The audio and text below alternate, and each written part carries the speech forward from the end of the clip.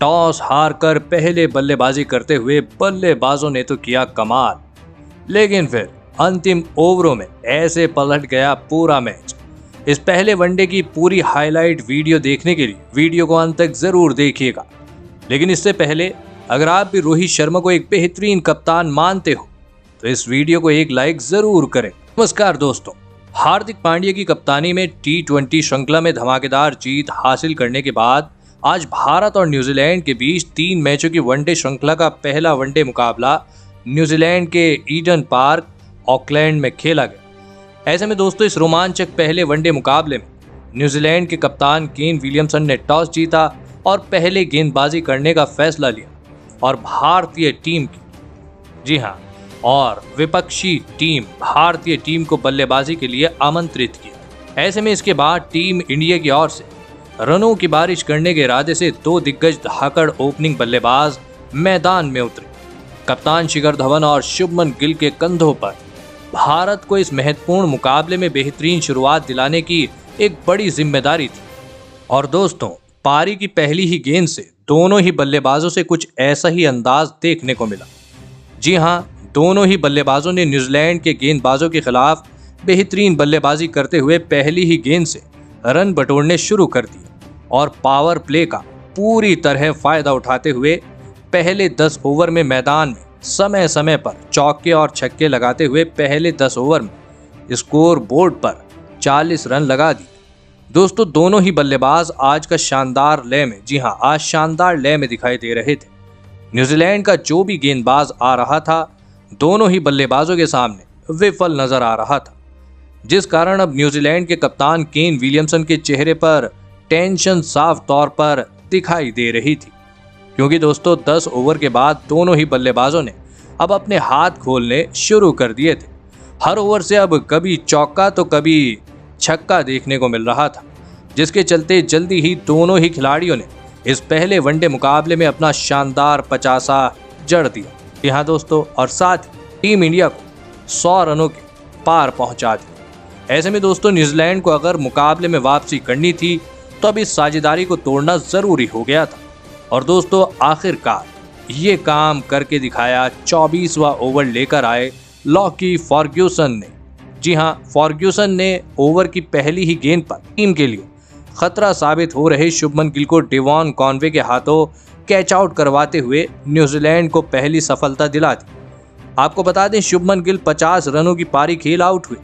वहीं दोस्तों अगले ओवर उनके साथी बल्लेबाज कप्तान शिखर धवन भी गलती कर बैठे और गेंदबाजी करने आए टिम साउदी के खिलाफ बड़ा शॉट खेलने के चक्कर में अपना विकेट गंवा बैठे। धवन आज 77 गेंदों में 72 रनों की पारी खेल आउट हुई। ऐसे में दोस्तों एक के बाद एक 2 बड़े झटके लगने के बाद मैदान में उतरे श्रेयस अय्यर और ऋषभ पंत। फिर इन दोनों ही खिलाड़ियों ने कुछ देर तक न्यूजीलैंड के गेंदबाजों का सामना किया, लेकिन एक बार 33वें ओवर में लॉकी फर्ग्यूसन का तूफान देखने को मिला। इन्होंने एक ही ओवर में टीम इंडिया को 2 बड़े झटके दे दिए। जी हाँ, पहले दूसरी गेंद पर ऋषभ पंत को सीधा क्लीन बोल्ड कर दिया, तो इसके बाद 5वीं गेंद पर नए बल्लेबाज सूर्य कुमार यादव को भी पवेलियन का रास्ता दिखा दिया। आपको बता दें ऋषभ पंत जहां 15 रनों की पारी खेल आउट हुए तो वहीं सूर्य कुमार यादव मात्र 4 रन बनाकर पवेलियन लौटे। दोस्तों बेहतरीन शुरुआत मिलने के बावजूद भारतीय टीम अब अपने 4 बड़े विकेट गंवा चुकी थी। ऐसे में अब श्रेयस अय्यर का साथ देने के लिए मैदान में उतरे अनुभवी बल्लेबाज संजू सैमसन। यहां से इन दोनों ही बल्लेबाजों ने टीम इंडिया की डगमगाती पारी को संभाला और टीम इंडिया का स्कोर बोर्ड आगे बढ़ाना शुरू कर दिया। वहीं इसी बीच मैच का 40वां ओवर टीम इंडिया के लिए काफी बेहतरीन रहा, जहां पर स्ट्राइक पर खड़े बल्लेबाज श्रेयस अय्यर ने टीम सऊदी की धुलाई करते हुए इस ओवर में एक करारा चौका और एक गगनचुंबी छक्का जड़ते हुए 15 रन बटोर लिए और कुछ ही देर बाद अपने बेहतरीन बल्लेबाजी के दम पर न्यूजीलैंड के खिलाफ अपना धमाकेदार 50 भी पूरा कर लिया।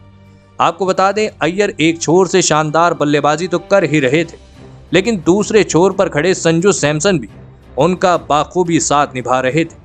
समय समय पर उनके बल्ले से भी चौके देखने को मिल रहे थे, परंतु दोस्तों 46वें ओवर में रन गति बढ़ाने के चक्कर में सैमसन गलती कर बैठे और आसमानी छक्का जड़ने के चक्कर में अपना कीमती विकेट गंवा बैठे। आपको बता दें संजू सैमसन ने 36 रनों की पारी खेली। ऐसे में संजू सैमसन के आउट होने के बाद अब लगने लगा टीम इंडिया 300 रनों तक भी नहीं पहुंच पाएगी।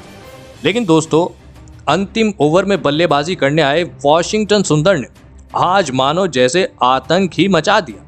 जी हां, अपनी पारी की पहली ही गेंद से वॉशिंगटन ने न्यूजीलैंड के गेंदबाजों की पिटाई करनी शुरू कर दी और मैदान में चौको छक्कों की झड़ी लगा दी और अंतिम गेंद तक अपनी इस तूफानी बल्लेबाजी को जारी रखते हुए ये पहला वनडे मुकाबला जीतने के लिए न्यूजीलैंड के सामने 307 रनों का एक विशाल लक्ष्य खड़ा कर दिया। इसके बाद भारतीय टीम से मिले हुए 307 रनों के विशाल लक्ष्य का पीछा करने न्यूजीलैंड के 2 दिग्गज धाकड़ ओपनिंग बल्लेबाज मैदान में उतरे। जी हां, फिन एलन और डेवॉन कॉनवे ओपनिंग बल्लेबाजी करने के लिए मैदान में आए। भारतीय टीम ने दिए हुए लक्ष्य को, जी हां, जो भारतीय टीम ने लक्ष्य दिया था उसको हासिल करना था तो पावर प्ले के शुरुआती ओवरों में अच्छा खेल दिखाने की जरूरत थी। लेकिन टीम इंडिया के तूफानी गेंदबाजों के सामने ये जोड़ी आज ज्यादा देर तक मैदान में नहीं टिक पाई। जी हां, दरअसल मैच का 8वां ओवर लेकर आए शार्दुल ठाकुर ने इस ओपनिंग जोड़ी को तोड़ दिया। ओवर की तीसरी गेंद पर फिन एलन को विकेटकीपर ऋषभ पंत के हाथों कैच आउट करवाते हुए न्यूजीलैंड को पहला झटका दे दिया। आपको बता दें, फिन एलन 22 रनों की पारी खेल आउट हुए। फिर 3 नंबर पर बल्लेबाजी करने के लिए मैदान में उतरे न्यूजीलैंड के कप्तान केन विलियमसन। दोस्तों, टीम इंडिया की गेंदबाजी आज काफी नपी तुली हो रही थी, जिस कारण मैदान में खड़े दोनों ही बल्लेबाज, जी हां, दोनों ही बल्लेबाजों को बड़ा शॉट लगाने में काफी दिक्कतों का सामना करना पड़ रहा था। हर ओवर से कभी 1 तो कभी 2 ही रन निकल रहे थे, जिस कारण बल्लेबाज अब दबाव महसूस करने लगे थे और इसी दबाव का फायदा मिला उमरान मलिक को। जी हां, मैच का 16वां ओवर लेकर आए उमरान मलिक ने ओवर की पहली ही गेंद पर डेवॉन कॉनवे का कीमती विकेट झटकते हुए न्यूजीलैंड को दूसरा झटका दे दिया। कॉनवे आज 24 रन बनाकर आउट हुए। फिर मैदान में उतरे डेरिल मिशेल, लेकिन उमरान की तूफानी गेंदबाजी के सामने वो भी आज बड़ी पारी खेलने में पूरी तरह नाकामयाब रहे और मात्र 11 रन बनाकर पवेलियन चलते बने। दोस्तों, 100 रनों के भीतर ही न्यूजीलैंड अब अपने 3 बड़े विकेट गंवा चुकी थी।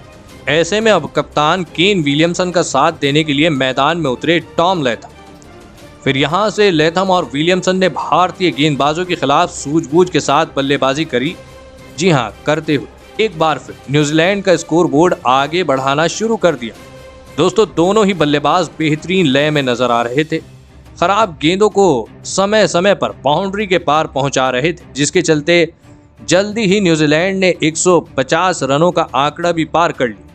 इसी बीच मैच का 33वां ओवर न्यूजीलैंड के लिए काफी बेहतरीन साबित हुआ, जहां स्ट्राइक पर खड़े बल्लेबाज टॉम लैथम ने उमरान मलिक की पूरी तरह पिटाई करते हुए इस ओवर में एक आसमानी छक्का और एक करारा चौका जड़ते हुए कुल 12 रन बटोर ली।